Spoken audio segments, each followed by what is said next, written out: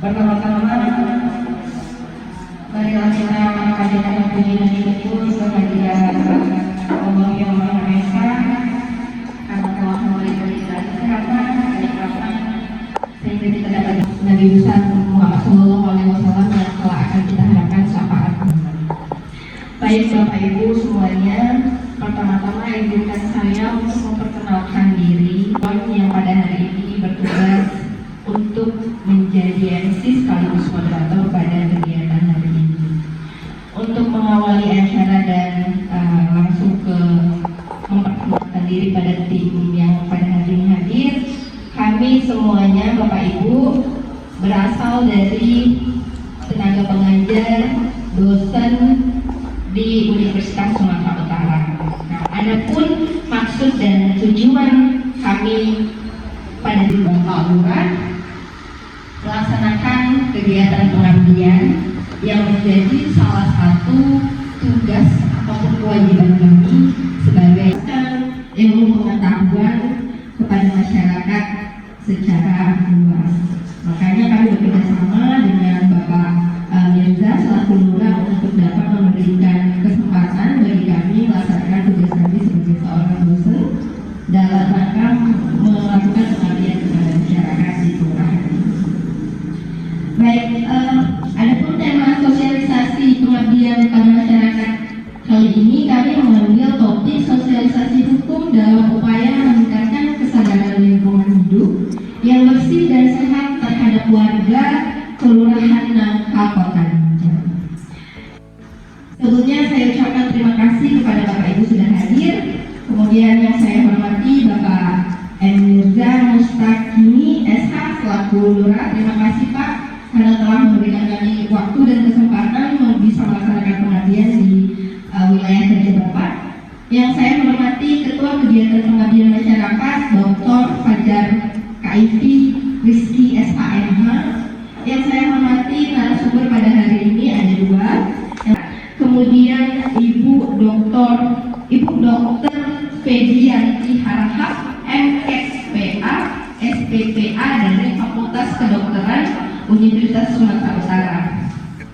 Baik, untuk mengawali acara pada hari ini, saya akan membacakan terlebih dahulu rundown acara yang telah disusun oleh panitia. Yang pertama, pembukaan acara oleh saya sendiri, kemudian nanti ada kata sambutan oleh Bapak Lurah, Bapak Mirza, kemudian kata sambutan oleh Ketua Pengabdian Masyarakat Bapak Dr. Fajar. Kemudian acara ini yaitu penyampaian materi oleh Bapak Dr. Jamil Siza dan Ibu Dr. Fedianti Harahap. Dan pada hari ini juga berhadir secara virtual ataupun melalui Zoom salah satu narasumber dalam kegiatan ini Profesor Dr. Suhaidi SH MHUM dari Fakultas. Assalamualaikum warahmatullahi wabarakatuh. Waalaikumsalam. Selamat siang, selamat pagi, menjelang siang. Saya hormati Bapak Ibu dosen dari Universitas Sumatera Utara yang dalam saat ini tercakup dalam lembaga pengabdian kepada masyarakat. Yang saya hormati Bapak Ibu warga Kelurahan Nangka, yang saya hormati Bapak Ibu Kepri. Dalam terima kasih banyak telah datang kemari, baik dari Pak Fajar sendiri. Sedikit cerita, kebetulan almarhum bapak saya bersahabat dengan almarhum bapak Fajar, dan saya pun masih berteman juga dengan abangnya Pak Fajar, Pak Nata. Jadi dari bapak sampai anak kita bersahabat. Kebetulan beliau dan saya bisa nggak Pak Lurah kita buat sosialisasi mengenai hukum dan anak saya lagi sakit di rumah sakit, jadi saya ingin kondisi aja yang bisa habis acaranya. Boleh kita bisa bersama nanti langsung aja lah ya. Oke itu ya. Wabillahi taufiq wal hidayah. Assalamualaikum warahmatullahi wabarakatuh.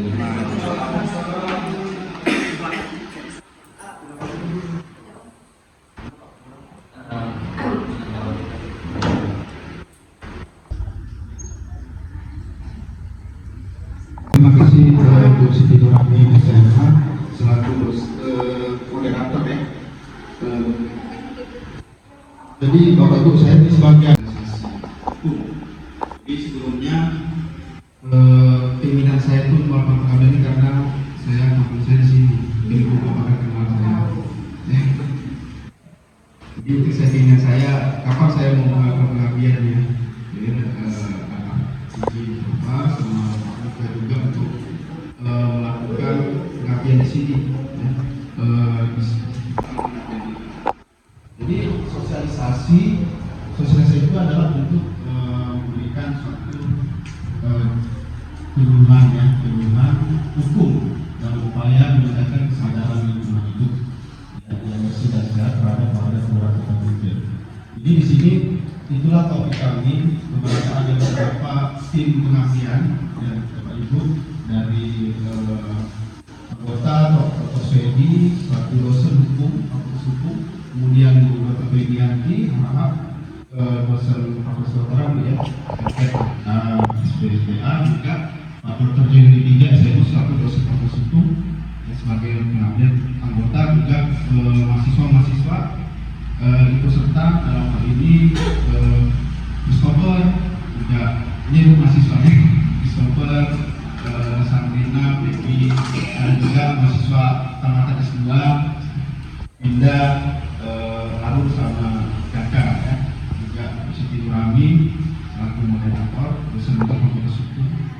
Jadi di sini kami Bapak Ibu apa yang sudah dilakukan di dalam misalnya di rumah ya, di rumah itu apa kegiatannya terkait dengan lingkungan yang bersih, karena selama ini bisa nanti penyakitnya malaria, tifus, DBD. Kalau sekarang ini nggak tahu saya di kampung Nangka ini ada nggak sekolah dan ini kan jadi kelihatannya umum gitu kan, jorok lah ya kan, itu jadi bisa menyebabkan penyakit ya bersih ya. Seharusnya itu dari luar adanya apa ya, ada sampah banyak. Kemudian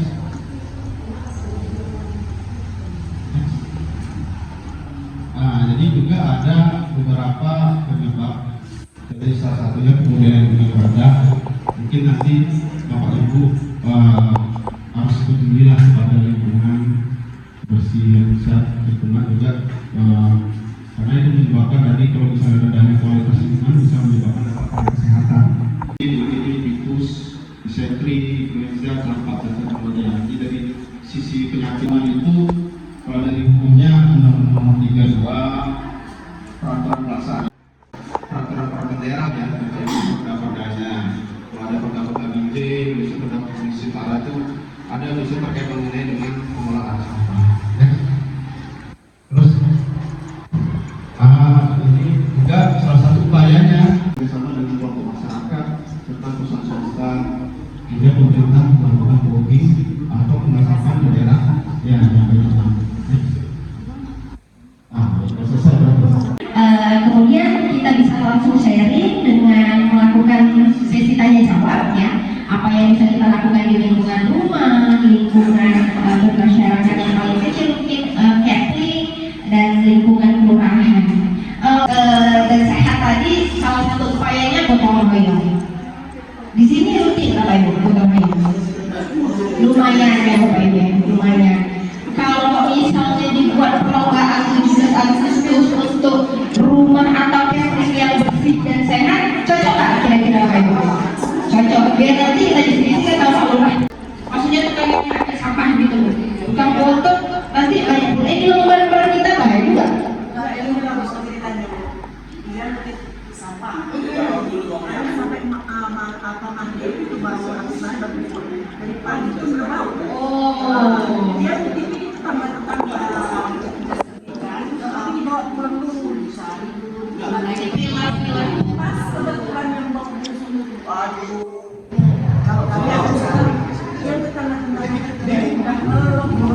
Berarti masih kurang koordinasi antara Kepling. Warahmatullahi wabarakatuh. Selamat siang, salam sejahtera bagi kita semua. Yang kami hormati Lurah Nangka Kota Banjar, Bapak M. Mirja Mustaqim SH, Yang kami hormati tim pengabdian masyarakat yang diketuai oleh Bapak Dr. Fajar Kaifi Rizky. Yang kami hormati narasumber, di situ ada Dr. Fajar, Dr. Jerry,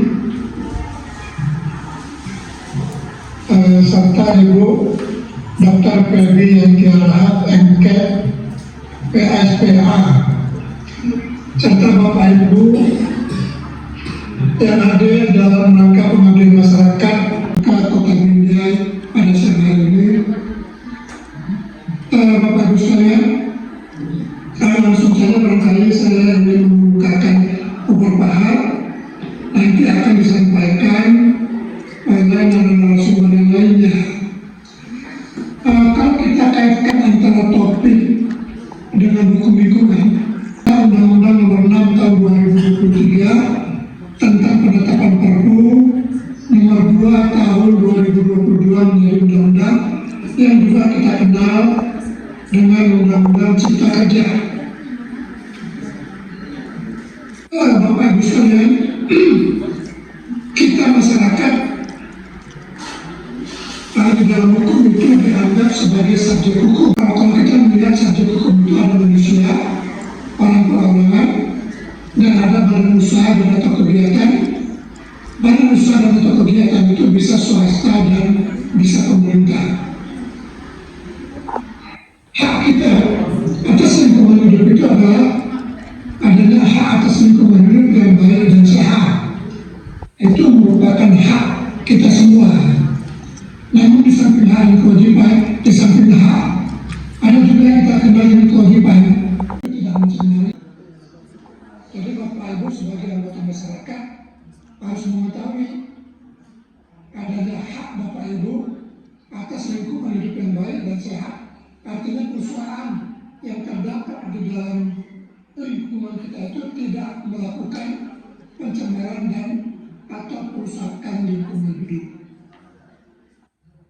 Jadi hak dan kewajiban ini harus seimbang. Bapak Ibu mempunyai hak dan juga mempunyai kewajiban. Begitu juga dengan badan usaha dan atau kegiatan yang berada di dalam lokasi. Yang saya hormati Bapak Ibu sekalian, hormat dari Kelurahan Nangka. Yang saya hormati Bapak Ibu sekalian yang sudah mau hadir. Kami hormati Ketua Tim Pengabdian Masyarakat ini Dr. Fajar dan narasumber Dr. Feby serta moderator Ibu Siti Nurahmi dan para mahasiswa sekalian. Bapak Ibu sekalian, saya ini orang Binjai juga, jadi dosen Fakultas Hukum, tapi tinggalnya di Binjai, di Kelurahan Tangsi. Jadi sama-sama kelurahan yang kita dulu. Nah, saya ini dulu mahasiswanya Prof. Samsul Arifin, bapaknya Fajar, bapaknya Dr. Fajar. Dan Dr. Fajar ini mahasiswa saya. Dan Dr. Fajar ini dosennya anak saya. Begitulah cara kita bekerja ya. Jadi bapaknya adalah dosen saya, beliau ini adalah mahasiswa saya, dan anak saya adalah mahasiswanya Dr. Fajar. Jadi Bapak Ibu sekalian, lingkungan ini sangat familiar bagi saya. Waktu saya kuliah dulu, hampir tiap malam saya ke Kelurahan Nangka. Cuma belum ada sampah waktu itu, karena tahun 2000-an lah saya pernah. Ya, udah ada. Belum ada penduduknya waktu itu. Iya.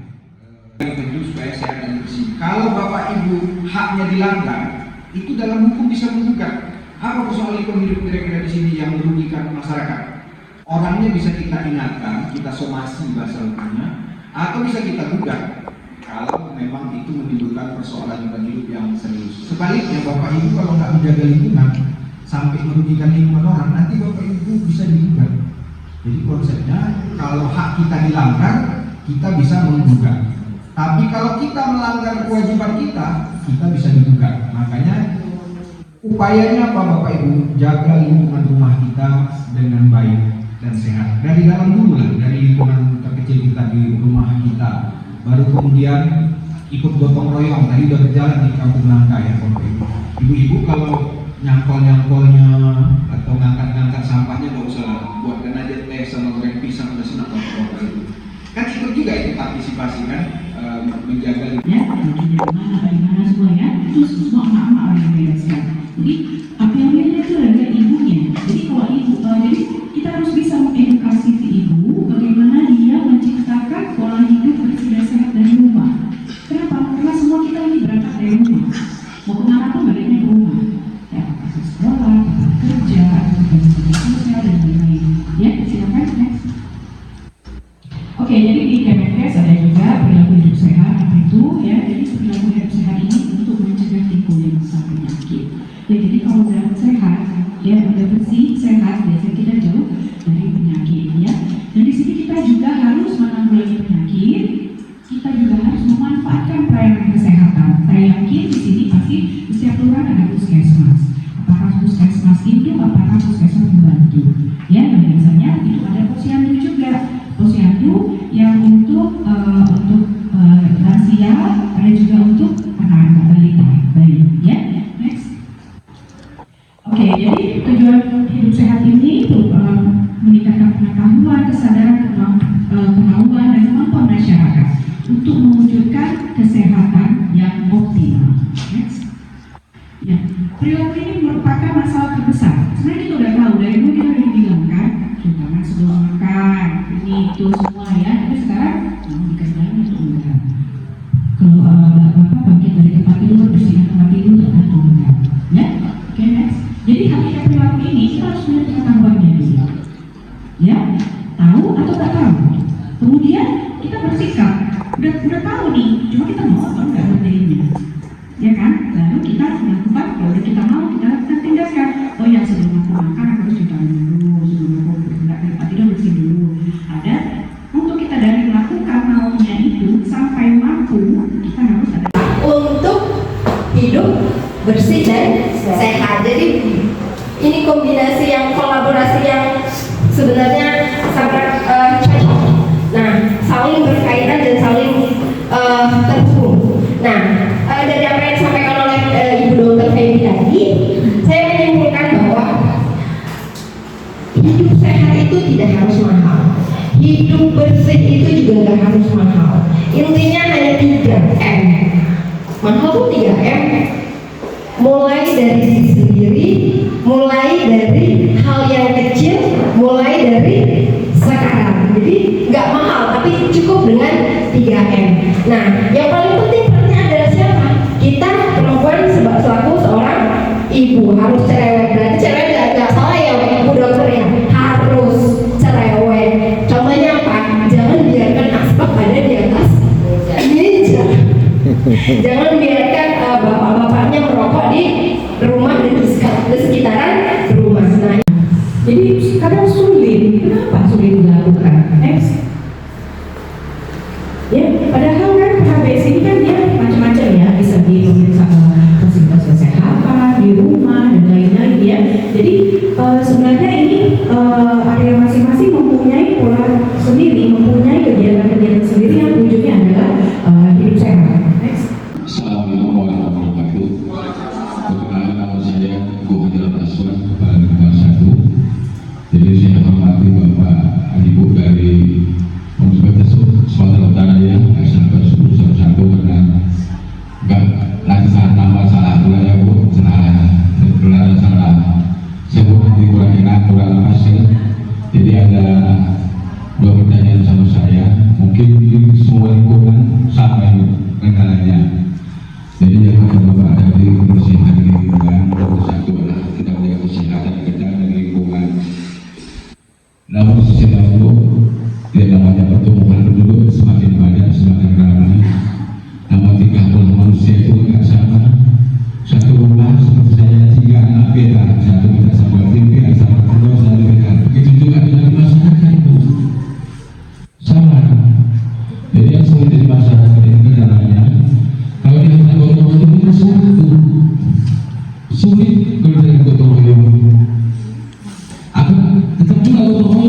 oh itu saja. Jadi kalau nanti ada banjir ya kita pakai sama tahunan. Tapi kalau turun ke lapangan berat. Bahkan kita mulai rumahnya di panitia aja duduk di rumahnya santai nggak kayak begini lagi ya. Itu yang dialami di masyarakat Bu. Nggak mau. Satu lagi Pak, begitu dibuang sampah di situ nanti ikut tengah malam siang sore. Assalamualaikum warahmatullahi wabarakatuh. Di lingkungan kami ini Bu, pokoknya bilang nggak sehat. Karena kita buat apa namanya apa Bu? Mana ya? Nama saya Sumiati, lingkungan 2, alamatnya Jalan Agus Salim. Lingkungan kami ini Bu, kotor banget yang di belakang rumah. Dampaknya tetangga itu yang berbauan tiap hari. Sudah dikasih tahu, udah diulang-ulang, tapi orangnya bebel. Bagaimana itu Bu? Bebel Pak, dia mencatkan diri. Nanti kan terus yang merukus itu kan kadang-kadang pagi-pagi kan ada udang, nanti sore baru dibuang, dipilih dulu yang kertas yang apa gitu. Jadi kemana itu Bu? Terima kasih Bu Sumiati. Mungkin pendapat dari Bapak Dokter Jenny bisa kita dengar. Ibu Dokter juga bisa untuk antisipasi nih kalau misalnya mulai ada tercium bau. Nah, walaupun bukan kita pelakunya, tapi kita mungkin bisa meminimalisir untuk diri kita sendiri mungkin ya, dalam dimulai dari diri kita sendiri. Apa yang harus? Assalamualaikum warahmatullahi wabarakatuh. Perkenalkan nama saya Bu Hajar Aswan, Kepala Lingkungan 1. Jadi saya hormati Bapak Ibu dari Universitas Sumatera Utara ya, sampai 10 karena enggak nanti saat nama salah pula ya Bu, salah sebut nanti kurang enak, kurang pas ya. Jadi ada 2 pertanyaan sama saya, mungkin semua lingkungan sama kendalanya. Jadi yang Bapak dari kebersihan lingkungan, nomor 1 adalah kita menjaga kesehatan kita dan lingkungan. Namun sisi lain dia namanya pertumbuhan penduduk semakin banyak, semakin ramai. Namun 3 manusia itu tidak sama.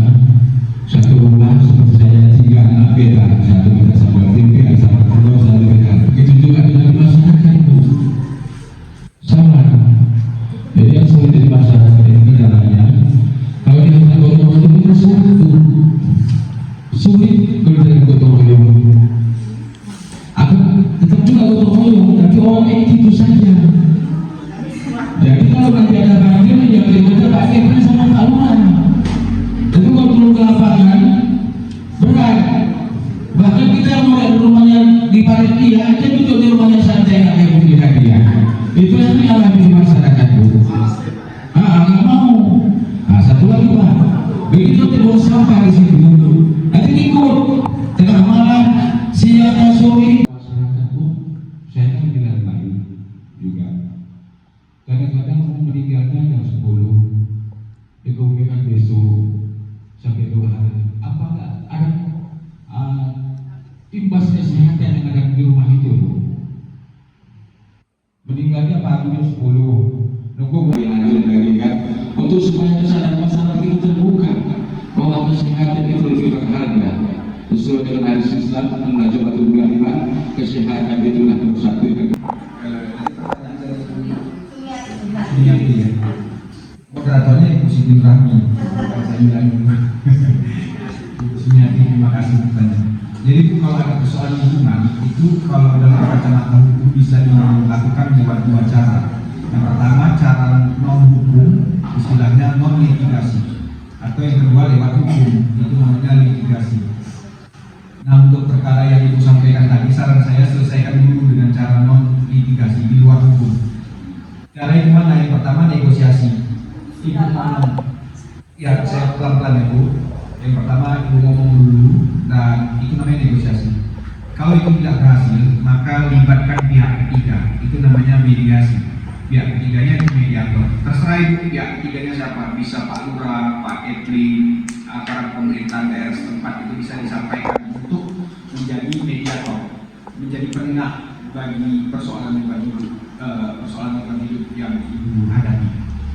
kalau itu begitu serius bisa masuk ke ranah hukum. Di Fakultas Hukum ada lembaga bantuan hukum itu sebenarnya. Kalau bagi mohon izin bagi masyarakat yang tidak mampu atau merasa berat untuk berbicara secara hukum, di Fakultas Hukum ada lembaga bantuan hukum LBH singkatannya, di mana Bapak Ibu nggak perlu bayar karena yang bayar perkaranya nanti pemerintah. Mana ada beberapa persyaratan. Jadi saran saya. Nah, selama cucu saya sudah nggak di rumah, nggak bisa biarin aja saya kerja di sana. Karena udah berbaik, tapi kok nggak ada ini betul orang nggak bilang. Gimana? Hitungannya bau ini. Apalagi kalau udah tahu Kalau sudah dibicarakan Selama dia tidak ada luka yang menganga, tidak ada pembusukan yang cepat, karena pembusukan itu kan nggak 1 hari dan langsung busuk, itu nggak apa-apa. Itu nggak apa-apa. Lebih infeksius lagi tanaman kita yang nggak kita sapu, air tergenang, itu lebih infeksius lagi, bisa mendatangkan yang demam berdarah dan lain-lain. Tapi kalau yang 1-2 hari, dia hanya menimbulkan bau saja. Pembusukan di dalam dulu dia, organ tubuh dalam dulu yang busuk. Baru nanti yang luar, dia nggak tunggu lagi nggak apa-apa, cuma ya sebaiknya diedukasi lah bahwa ini kan dia tuh mau cepat pulang, nggak mau di situ lama-lama gitu. Itu aja Pak. Terima kasih. Terima kasih Bu Dokter Dewi. Jadi udah clear ya Pak ya, jadi nggak apa-apa kalau hanya 1-2 hari saja belum dikebumikan. Tapi begitu pun penting untuk diingatkan bahwa mayat harus disegerakan untuk dikebumikan. Baik, karena tidak ada lagi pertanyaan, masih ada Bapak Ibu? Sudah cukup. Kegiatan kali ini hubungan yang sehat karena harus berhubungan sebenarnya. Nah, baik, mungkin itu saja akhir kata dari saya. Saya ucapkan terima kasih sekali lagi kepada Bapak Ibu yang sudah mau meluangkan waktu karena sadar akan hak dan kewajiban yang sebelumnya. Sekali lagi terima kasih. Selamat siang. Assalamualaikum warahmatullahi wabarakatuh.